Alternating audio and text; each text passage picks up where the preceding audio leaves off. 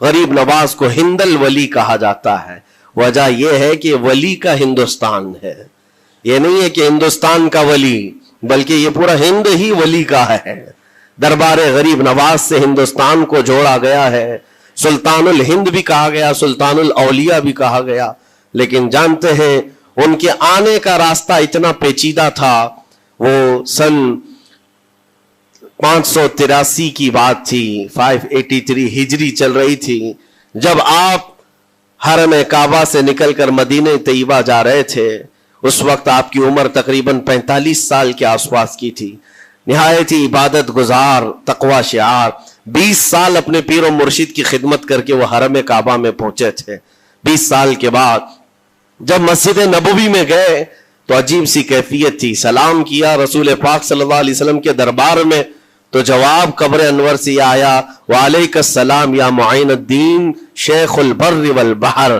اے معین الدین، تجھ پر میری سلامتی ہو، اللہ کی سلامتی ہو، جو خشکیوں کا بھی اور تریوں کا بھی تجھے امام بنایا گیا ہے. اور آواز یہ نبی کریم صلی اللہ تعالی علیہ وسلم کے دربار سے سننے والی آواز تھی. آپ گھبرائے تھے، تھوڑا سا سراسیمگی تھی. یہ ہندوستان کی طرف اشارہ کر کے میرے آقا صلی اللہ تعالی علیہ وسلم نے فرمایا تھا کہ تجھے ہند کی ولایت دی جاتی ہے. اس وقت تک سرکار غریب نواز کو نہ ہندوستان آنا کبھی ہوا تھا، نہ ہندوستان کے علاقوں کو آپ نے کبھی دیکھا تھا، کیونکہ سجستان جو یہاں سے کافی دور ہے، افغان کے قریب ایک علاقہ سنجر، جہاں پر آپ کی ولادت ہوئی، وہاں سے نکل کر کے آپ نیشاپور میں آباد رہے. اس کے بعد 40 سال کے بعد حرم کعبہ اور حرم مدینہ میں رہے. لیکن اچانک یہ بات کہ تمہیں ہند کی ولایت دی جاتی ہے، ایک تعجب والی بات ہے. نئی جگہ پر بھیجا جا رہا ہے. آپ دوبارہ شام میں نبی پاک صلی اللہ علیہ وسلم کے دربار میں حاضر ہوئے اور سلام پیش کرنے کے بعد، کیونکہ یہ خوشی کی بات تو سب کے لیے تھی کہ ہندوستان کو اللہ تعالیٰ ایک عظیم ولی بھیج رہا ہے، لیکن جس کو بھیجا جا رہا ہے وہ بے قرار تھا، بے چین تھا، کیونکہ نہ راستے پتہ ہے، نہ ملک کے حالات معلوم ہے. بارگاہ مصطفیٰ صلی اللہ علیہ وسلم میں دوبارہ جب حاضری ہوئی، عرض کیا آقا آپ کا حکم، اس کی تعمیل کے لیے بندہ حاضر ہے، لیکن نہ یہ فقیر ہندوستان کے راستے دیکھا ہے، نہ وہاں کے حالات معلوم ہے. حضور پاک صلی اللہ تعالی علیہ وسلم کے دربار میں یہ اپنی بپتا سنا رہے تھے، داستان غم سنا رہے تھے. غنودگی طاری آ گئی، یعنی نیند سی کیفیت آ گئی، اور بارگاہ رسول صلی اللہ علیہ وسلم میں ایک دیوار پر ٹیک لگا کر جیسی ہی آپ کی آنکھیں بند ہوئی، رسول کریم صلی اللہ علیہ وسلم تشریف لائے اور اشارہ فرما کر پورے ہندوستان کے نقشے آپ کے سامنے کھول کر رکھ دیے. اور پھر غریب نواز کو یہ بتایا بھی کس جگہ سے تمہیں سفر کرنا ہے، کیسے تمہیں جانا ہے اور کہاں تمہارا مسکن ہوگا. سرکار غریب نواز فرماتے ہیں اس ایک خواب میں میں نے رسول کریم صلی اللہ تعالی علیہ وسلم کے ہاتھ میں اجمیر کے پہاڑ بھی دیکھ لیے، وہاں کے قلعے بھی دیکھ لیے تھے جو موجود تھے. اور اس کے بعد پھر کس بات کا خوف ہے، کس بات کا ڈر ہے؟ جنہوں نے راستے بتائے ہیں وہ ہادی رسول، وہ ہادی عالم ہے. نبی پاک صلی اللہ علیہ وسلم آئے ہیں پوری کائنات کو راستہ دکھانے کے لیے، اور جنہوں نے غریب نواز کو ہند کا راستہ بتایا ہو، پھر ڈر کس بات کا؟ جب آپ بیدار ہوتے ہیں تو اپنے ساتھ 40 قطب اس اولیاء کرام کی جماعت لے کر مدینہ طیبہ سے سفر کے لیے نکلے تھے. میرے عزیزو، اب بات یہاں آتی ہے، اسی لیے مدینہ طیبہ سے یہ پورا پلان ہوا ہے، مدینہ طیبہ سے بھیجا گیا ہے، مدینہ طیبہ سے پلیسمنٹ ہوا ہے. اسی وجہ سے آج تک تاریخ غریب نواز کو عطائے رسول کہتی ہے. عطائے رسول ہے، رسول اللہ کی عطا ہے، ہندوستان والوں کے لیے خاص عطا ہے میرے آقا صلی اللہ علیہ وسلم کی. جب وہ سفر کے لیے نکلے، سن 83 سے چلے تھے، تو یہاں ہندوستان پہنچتے پہنچتے آپ کو 87 یعنی 4 سال کا عرصہ لگ گیا تھا. 4 سال کے عرصے کے بعد آپ پہنچے. میرے عزیزوں، نہ پلینوں کا سفر، نہ جہازوں کا سفر کہ اڑ کر کے ادھر سے ادھر آ گئے. وہ تو پیدل قافلہ نکلا تھا، درویشوں کا قافلہ تھا، اور وہاں مدینہ طیبہ سے نکل کر بغداد پہنچے. بغداد میں اولیاء کاملین کی صحبت پائی، وہاں سے پھر نیشاپور، پھر اس کے بعد ہرات، اور افغان کے علاقے ہوتے ہوئے لاہور پہنچے. لاہور میں سرکار داتا گنج بخش عالم رحمت اللہ تعالی علیہ کے دربار میں چلہ کشی فرمائی. وہاں سے دلی پہنچے.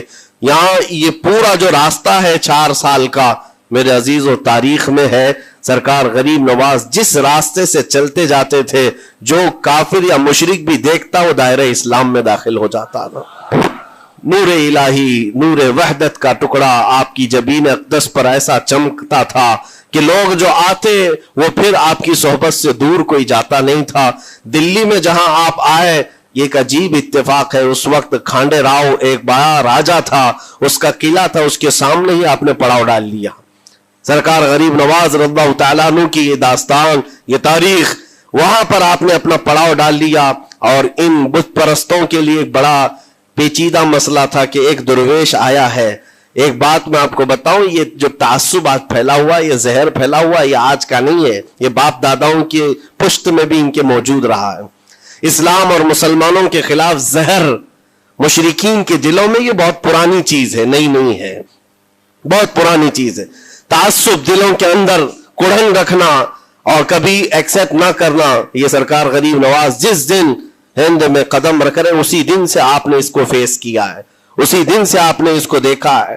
اور وہاں پر کھانڈے راؤ کی جماعت نے بہت کوششیں کی کہ یہ دلی میں داخل ہوا، یہیں سے ان کو ختم کر دیا جائے، نکال دیا جائے. لیکن عجیب اتفاق یہ ہے کہ یہ جو جماعت آئی تھی سرکار غریب نواز کے ساتھ، نہ ان کے ہاتھوں میں تلوار ہے، نہ بھالے ہیں، نہ چاقو ہے، نہ چھری ہے. یہ تو گدڑیاں پہنی ہوئی درویشوں کی جماعت تھی، گدڑیاں پہنی ہوئی درویشوں کی جماعت جو جھولے میں سوکھی روٹی رکھتے تھے اور پانی میں بھگو کر کھا لیا کرتے تھے. ان کے پاس نہ کوئی ہتھیار ہے، نہ کوئی سامان ہے، ہر سامان جنگ ہے. ان کو نکالا جائے تو کس بات سے نکالا جائے، ہمت بھی نہ ہوتی تھی. یہاں تک کہ جو آپ کو وہاں سے جانے کی بات کرنے کے لیے آتا تھا تھوڑی دیر محفل میں بیٹھتا اور کھڑا رہتا اور کلمہ پڑھ کر پھر مشرف اسلام ہو جاتا. دلی کے اندر ایک دن کے اندر 1000 لوگ اسلام میں داخل ہوئے تھے. سرکار غریب نواز رضی اللہ تعالیٰ عنہ نے تلوار سے اسلام میں داخل نہیں کیا ہے، نہ ہی کسی کو ڈرا دھمکا کر کے. وہ سوکھی روٹی کھانے والے کس بات سے ڈراتے لوگوں کو؟ ان کے پاس کون سا ایٹم بم تھا؟ یہاں موجود جو راجے مہاراجے تھے ان کے پاس فوج بھی تھے، ہاتھی بھی تھے، گھوڑے بھی تھے، سب کچھ تھا. لیکن آنے والا مرد قلندر کیا لے کر کے آیا تھا؟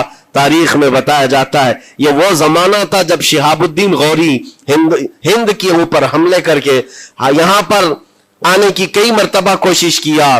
یہ افغان کا بادشاہ تھا شہاب الدین غوری، جب ہندوستان پر کئی مرتبہ حملے کر کے ناکام لوٹ رہا تھا، بیچ راستے میں ان فقیروں کی جماعت سے بادشاہ کی جماعت کی ملاقات ہو گئی. سپاہی جا رہے تھے شکست کھا کر اور یہ درویشوں کا قافلہ ادھر آ رہا تھا.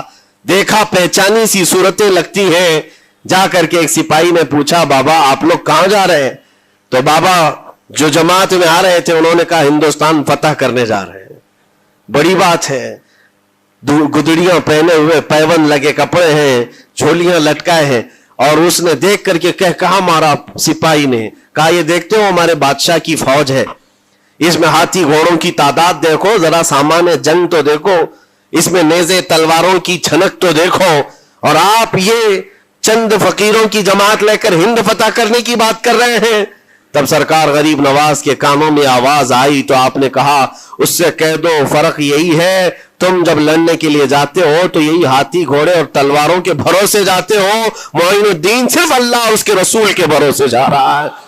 ہمارے پاس جو طاقت ہے وہ اللہ اور اس کے رسول کے ساتھ ہونے کی طاقت ہے.